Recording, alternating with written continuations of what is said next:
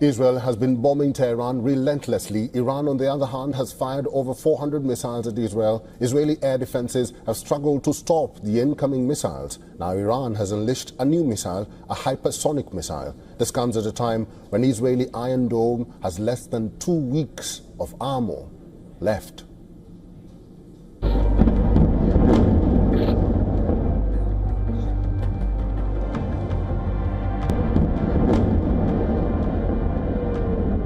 The Israeli skies are ablaze with a relentless storm of missiles, streaking like fiery comets in the twilight. Sirens wail across cities as Iron Dome batteries scramble to intercept a barrage of incoming threats.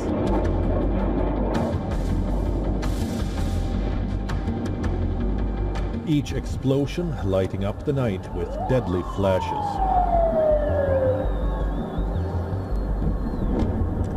The destruction in Israeli cities is devastating. Buildings reduced to rubble. Vital infrastructure crippled and civilians caught in the crossfire. The war's sixth day has delivered a seismic shock. Iran has fired its Fatah-1 hypersonic missile directly at Tel Aviv, marking the first time such a weapon has been used in the conflict. We extend our congratulations to the devoted commanders and fighters of the IRGC Aerospace Force over the 11th wave of the proud Operation True Promise 3, carried out using first-generation Fatah missiles that marks the beginning of the end for the so-called legendary air defenses of the Zionist army and the confusion and self-harm among the Zionist thugs. The Fatah-1, developed by Iran's Islamic Revolutionary Guard Corps and unveiled in 2023, is a medium-range hypersonic ballistic missile with a range of 1,400 kilometers. Easily enough to reach any target in Israel from deep within Iranian territory. What makes the Fatah-1 so terrifying is its speed and agility. Traveling at up to Mach 15, it can cover the distance to Tel Aviv in mere minutes, while its maneuverable re-entry vehicle allows it to change course mid-flight, evading even the most advanced missile defense systems. But Fatah-1 is just the tip of Iran's missile spear. The Islamic Republic's arsenal includes the Emad and Hypersonic medium-range ballistic missiles, both capable of striking Israel with ranges exceeding 1,000 kilometers. While Emad can carry 750 kilograms of munitions, Hypersonic can carry a payload of 600 kilograms. These missiles, combined with the new hypersonic capability, give Iran the power to strike deep and hard, overwhelming Israeli defenses. Israel's air defense network is now under unprecedented strain. Aero interceptors costing $3 million apiece are being fired in huge numbers in a desperate bid to shield the nation.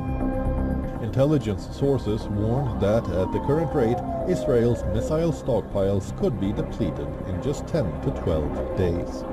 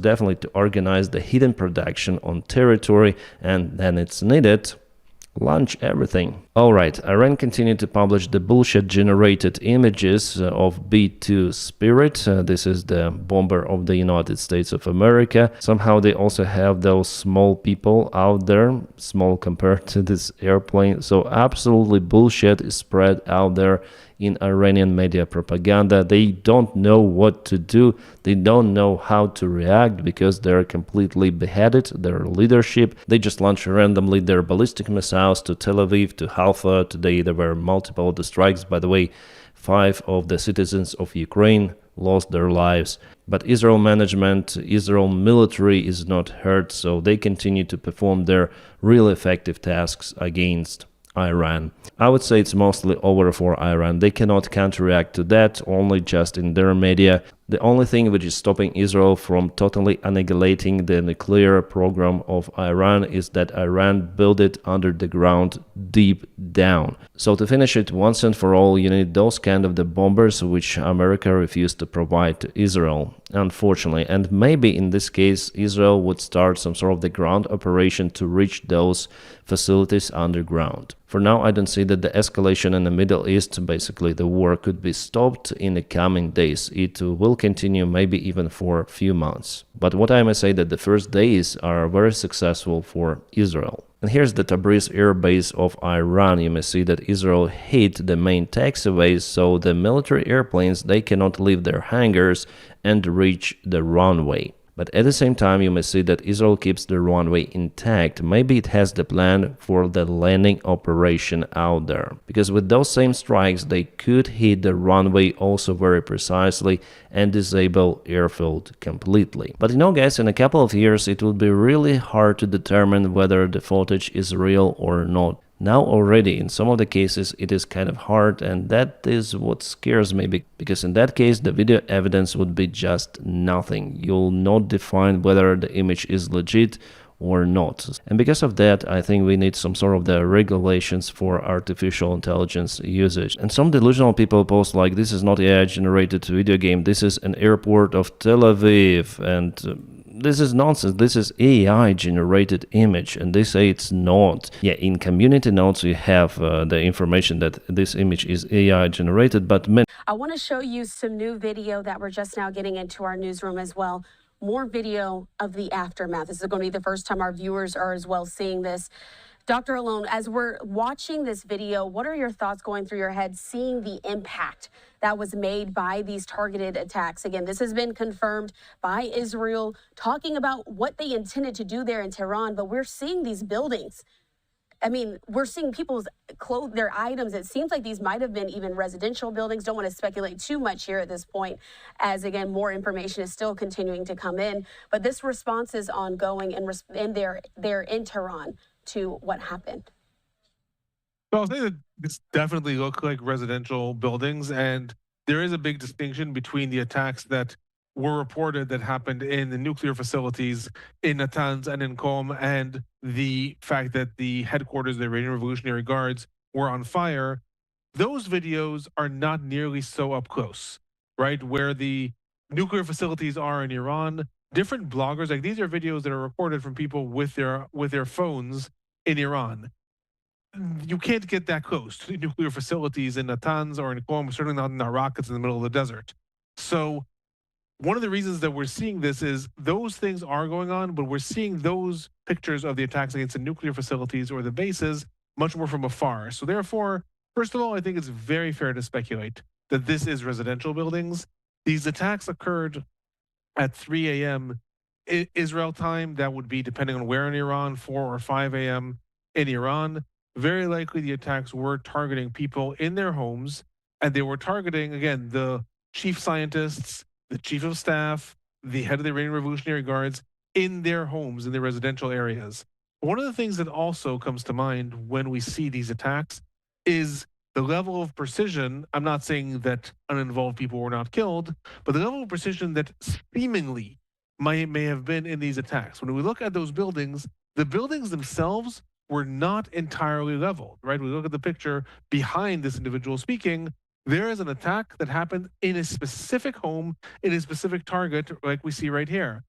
What does that tell me? That is, I'm not there preaching that Israel is the most accurate military in the world or things like that. But what that does say is that Israel is also calling upon its vast network of intelligence. It does not just know that whoever happened to be in this building, whoever's home that is, that they live in that building.